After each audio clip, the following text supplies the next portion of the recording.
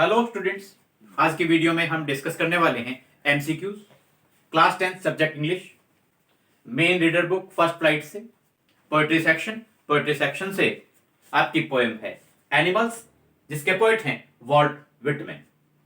MCQs क्यों करेंगे? क्योंकि बोर्ड के पेपर के न्यू डिजाइन में आपका 50% जो पेपर होगा, 50% जो क्वेश्चंस होंगे वो ऑब्जेक्टिव टाइप क्वेश्चंस होंगे, मल्टीपल चॉइस क्वेश्चंस होंगे। एमसीक्यूज की फॉर्म में 80 में से 40 मार्क्स का आपका पेपर आएगा। तो बड़ी इंपॉर्टेंट सी बात है, बड़ी इंपॉर्टेंस है इन मार्क्स की, इसलिए एमसीक्यूज हमें करने हैं।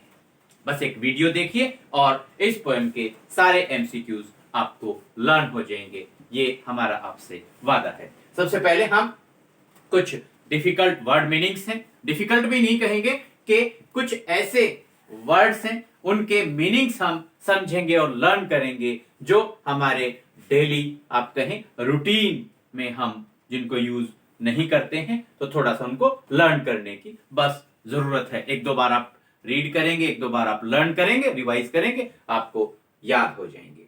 फर्स्ट वर्ड है Placid, PLACID, Placid. Placid means काम, CALM काम, शांत। Next self contained, SELF self, contained CONTAINED, contained. Self contained means self satisfied, SATISFIED, self, SELF self, satisfied, SATISFIED, self satisfied, आत्म संतुष्ट। Then sweat means perspire, SWEAT sweat, PRESPIRE perspire, पसीना बहाना, पसीना निकलना। Then whine, WHINE whine means complain, COMPLAIN complain means शिकायत करना।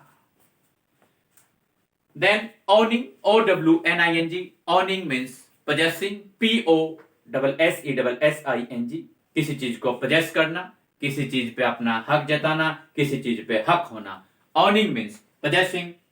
Then tokens, TOKENS, tokens means signs, SIGNS, signs means संकेत या चिन्ह। Then demented, DEMENTED, demented means mad, mad या mania, सनक, पागलपन। एक और वर्ड है possession means under someone's possession या to possess something, किसी चीज पर हक होना, किसी चीज पर हमारा कब्जा, हक या अधिकार होना। possession means to possess something। अब देखिए हम डिस्कस करते हैं एमसीक्यूज को। फर्स्ट है who is the poet of the poem animals. Animals जो आपकी पोएम है, इसके पोएट कौन है? आपकी चॉइसेस हैं, A Walt Whitman, B John Keats, C both, D none. तो आपका आंसर होगा Walt Whitman. Who is the poet of the poem animals? Walt Whitman. Animals, Walt Whitman. Next question, what does Walt Whitman want to turn from? Want to turn from और want to turn into, दोनों ही तरीके से questions पूछे जा सकते हैं। What does Walt Whitman want to turn from? किससे अपना जो फॉर्म है, अपना जो रूप है वो बदलना चाहते हैं, किस रूप में वो नहीं रहना चाहते? A animals, B human beings, C good qualities, D all of the above. तो आपका आंसर होगा human beings. He wants to turn from human beings. और अगर पूछा जाए he wants to turn into, तो आप लिखेंगे एनिमल्स, वो एनिमल्स के रूप में बदलना चाहते हैं। ह्यूमन बीइंग्स वाला जो उनका फॉर्म है, जो रूप है, उसको वो छोड़ना चाहते हैं। एनिमल्स के रूप में वो अपने आप को ट्रांसफॉर्म करना चाहते हैं, चेंज करना चाहते हैं। Question 3, what does the poet say about animals? Animals के बारे में पोएट क्या आपको बात बतलाते हैं? आपकी जो पोएम है एनिमल्स, इसमें क्या बतलाया है, क्या क्वालिटीज हैं, क्या एट्रीब्यूट्स हैं एनिमल्स के जो ह्यूमन बीइंग से अच्छे हैं, ह्यूमन बीइंग से डिफरेंट हैं? A calm, B peaceful, C self contented. Calm means शांत, पीसफुल शांत, सेल्फ कंटेन्ड आत्मसंतुष्ट, ऑल ऑफ द अबोव। तो हमारा आंसर होगा ऑल ऑफ द अबोव, क्योंकि जो एनिमल्स हैं वो काम भी हैं, पीसफुल भी हैं और सेल्फ कंटेन्ड भी हैं। और जब इस पोएम के हम क्वेश्चन आंसर, चाहे लॉन्ग आंसर टाइप क्वेश्चंस हो, चाहे short answer type, very short answer type, जब भी हम लर्न करेंगे तो आपको कंपैरिजन की फॉर्म में लर्न करना है कि एनिमल्स जो हैं वो they are calm, they are peaceful, they are self content, they are self satisfied, they don't cry for their sins, they don't count their duties towards God. तो इस तरीके से जो एनिमल्स हैं they are far far better than human beings. अब आपके question number 4 को discuss करते हैं। What does they refer to? They का क्या अर्थ है, किसके लिए दे वर्ड यूज किया गया है? A animals, B poet, C both A and B, D none. तो आपका आंसर होगा animals. What does they refer to? Animals. They word animals के लिए इस पोएम में यूज किया गया है। Question number 5, who lie awake in the dark? अंधेरे में कौन जागकर पड़ा रहता है? A animals, B human beings, C poet, D none. आपका आंसर होगा human beings. Who lie awake in the dark? Human beings. Who weep for their sins? अपने पाप कर्मों के लिए कौन रोता है? A human beings, B animals, C birds, D dogs. Who weep for their sins? Human beings. Who lie awake in the dark? Human beings. What is the attitude of animals for their sins? अपने since के लिए, अपने पाप कर्मों के लिए animals का क्या एटीट्यूड रहता है, क्या बर्ताव, क्या रवैया रहता है? A weep, B do not weep, C laugh, D cry. तो आपका आंसर होगा डू नॉट वीप, क्योंकि जो एनिमल्स हैं they do not do anything wrong. या आप कहें दूसरे वर्ड्स में, सिंपल वर्ड्स में, कि जो एनिमल्स वो सिंस करते ही नहीं, पाप कर्म करते ही नहीं, तो रोने की जरूरत ही नहीं है। Animals do not weep. What is the meaning of the word obsession? OBSESSION। Obsession, obsession means mania, पागलपन, सनक। चॉइसेस हैं A mania, B cry, C love, D all of the above. तो ऑब्सेशन मींस मैनिया, ये आप learn कर लेंगे। कुछ और एमसीक्यूज हैं वो भी डिस्कस कर लेते हैं। Who is unhappy over the whole earth? पूरी धरती पे सबसे नाखुश कौन है? A animals, B human beings, C birds, D none. आपका आंसर होगा human beings.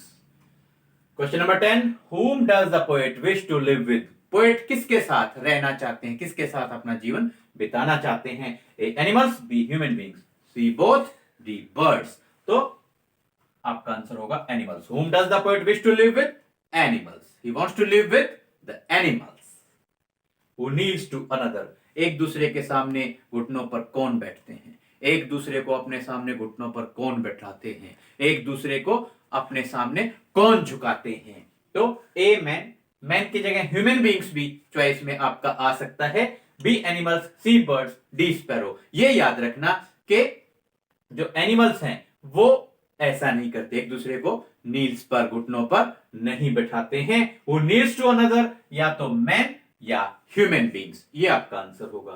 Question number 12, what do the animals possess? Animals किस चीज को अपने पास रखते हैं? एनिमल्स किस चीज के ऊपर अपना अधिकार रखते हैं, जताते हैं? ए काइंडनेस, बी सिंपैथी, काइंडनेस दयालुता, सिंपैथी सहानुभूति, और सी बोथ ए एंड बी यानी कि काइंडनेस और सिंपैथी दोनों ही, और डी नन ये इनमें से कोई भी नहीं। तो what do the animals possess? आपका आंसर होगा बोथ ए एंड बी, मतलब हुआ काइंडनेस एंड सिंपैथी।